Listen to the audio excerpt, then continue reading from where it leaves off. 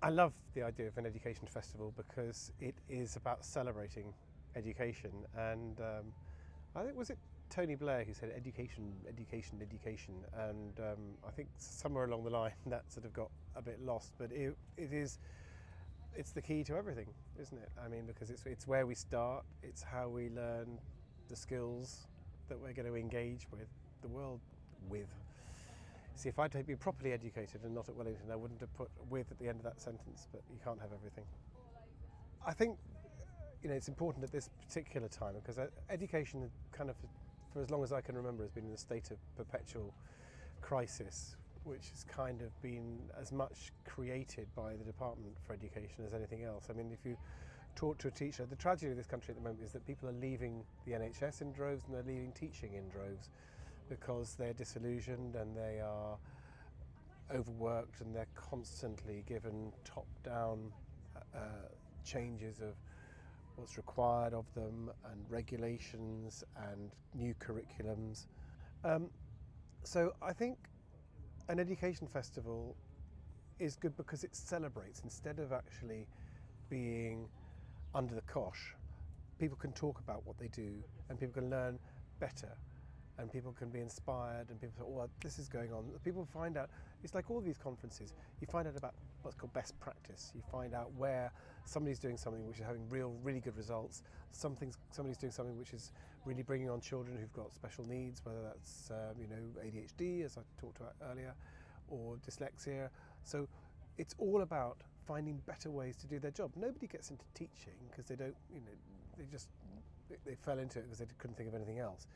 It's a vocation, and people want to know how to teach better. And I think I think an education festival, it's not about curriculums and workload. It's about ideas, and that's the best thing. I was a late replacement for Nicky Morgan, who's. I know. I think it's a bit of a referendum going on. I don't know if you've heard. There's been kind of somewhere in the ether that we've got this extraordinary thing. Are we going to be in Europe? Are we not? And I'm a great Europe fan. And I hope we're going to stay in it, at least until the finals. Oh no, that's the football, isn't it? So I was a replacement. So it's my job to cheer people up. But also I have a special interest of my own, which is ADHD. Now, ADHD, what is it? Attention Deficit Hyperactivity Disorder, although I take issue with the word deficit because I think actually it's not about attention deficit, it's actually attention surfeit. There's too much going on in your brain. And also the word disorder as well, because actually, like a lot of these things, in fact, it's actually people who are remarkably creative, but just whose brains work in a slightly different way. So that's what it is. It affects 1 in 20 children at a conservative estimate. So that works out at 500,000 children. So there are 500,000 children in the country, 500,000 families who are dealing with this. And what it means is that there's essentially one child in every classroom, 1 in 20, let's say, one child in every classroom, possibly two, who is different, who really struggles to pay attention, who is easily distracted, who is irrepressible, who is impetuous, who is forgetful, who is disorganized, all of these things. And that makes life difficult for them, and it makes life difficult for the other kids in the class as well. And what's even more difficult is that they don't want to be like that. It's just that just as it's hard for ordinary children, inverted commas, ordinary children, to concentrate, it's virtually impossible for an ADHD child. So you struggle all the time because you're made to feel stupid. You might be sent out of class because you're being disruptive. You might get frustrated and angry with yourself. That might spill over into anger with the people around you or the teacher. You can get sent out of class, and before long, you are an outsider. You're misunderstood. And of the people who have ADHD, 2/3 of them will have something else going on as well. They have dyslexia or dyspraxia or dyscalculia or Asperger's happening.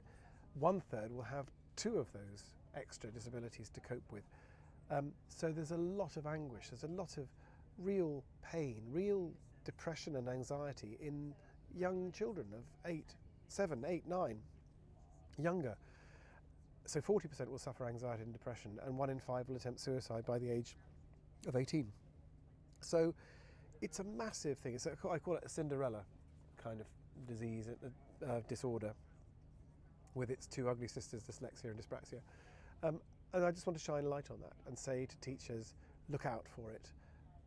Look out for that child, because if a child was sneezing and coughing in class, they think, oh, that child's got a cold. But if a child is clearly struggling to pay attention, is easily distracted, is very talkative, is borderline disruptive, it's worth thinking that it may be ADHD, and thinking about diagnosis, thinking about ways of treating it, ways of curing it, and ways of teaching that not only help the child with ADHD, but actually help the normal children as well, because naturally you have to use different tricks which work to engage minds which aren't easily engaged. And guess what? Those will work really well for all the students. So I wanted to press home that message, and I wanted to say, here's this thing, I feel strongly about it, I feel passionately about it, I've seen it in my family, I've seen it myself. It's both a blessing and a curse. It's a curse because it's terrible being disorganised, it's terrible, constantly losing things, it's terrible not concentrating, not focusing, but it's a blessing because I can jump barriers, I can make leaps, I can make people laugh, I think differently, I think out of the box. Well, I think ADHD affects, as I say, 500,000 children and many, many adults, of course, all those generations of adults who've gone through. And they're misunderstood, and they're marginalised, and they're seen as being difficult, disruptive, awkward, forgetful. What I want to do is to flip that so that all the creative energy and the positive energy and the just energy full stop can be tapped into positive use and unleashed by understanding that this is not essentially a disorder, it's just a different mind, and we need different minds. That's why ADHD, it's not bred out, it's actually selected for as a gene, because somebody said to me once, you're the ones who eat the poison fruit. He said, we need leaders, we need the ones who go out, and we need the ones who are sometimes fearless, sometimes thoughtless, who will push the boundaries. So we need people like that. And if you realise that a third of the prison population has ADHD, undiagnosed or diagnosed, imagine if you liberated a third of the prison population, and instead of being in prison, they were making films, they were directing videos, they were writing books, they were teaching, they were playing sport. I mean, this is an untapped, brilliant resource, and we need to open the bottle. I think the concentration on league tables and on performance and on core subjects is a very narrow interpretation of what education is. I think education is different. It's not one size fits all. There are people who are useless in some areas and brilliant in others. And I think the most important thing is that an education system recognises that everyone who passes through it is different. And you can't just impose one standard on all. I mean, I think there has to be some kind of standardisation, but we need to have a very flexible and an imaginative education system so that we can have imaginative and well-educated children, not necessarily educated in a classical sense, but aware and productive and most of all, happy. I was very lucky. Derek Swift was my French teacher, and from the very first class you went with him, you realised he was different. He started with an empty whiteboard, and by the end of every lesson it would be absolutely chock full of words. He'd write French words, Russian words, Serbo-Croat. He said, as you'll remember from your Serbo-Croat, and he'd write something in Serbo-Croat. And of course I went, wow, what's that language? He taught us about how, the word for mother, German Mutter, French Mère, Spanish Mujer, Latin Mater, Russian Mat. It's the same word, and for the first time I got it, I thought, oh, that's why we did Latin. All these languages, they all come from the one root. And suddenly it all started to make sense, and and words, and you could break them up. And you started to think, well, why don't I learn Russian as well as French? And some of the things that you learn in German can be used in Dutch, or some of the words that you use in French are similar to Spanish and Italian.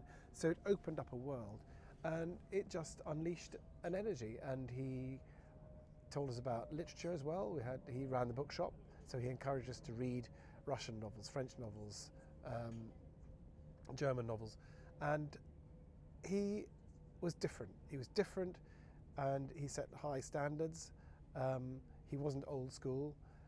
He was setting a sort of Oxbridge finals prose papers when we were doing our A levels, and we thought, hey, God, if we can do these, and it just made us feel good about ourselves. Which book would I take on a desert? Do you know, I don't know. I think since you're not offering me the Bible and Shakespeare, I think I would probably try and take Shakespeare and read that, because it's all there, isn't it?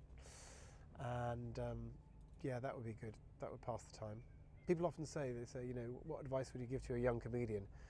And the best advice to give a young comedian, particularly a young impressionist, is to get them to read the Bible, because it won't stop them, but it'll slow them down for a couple of years.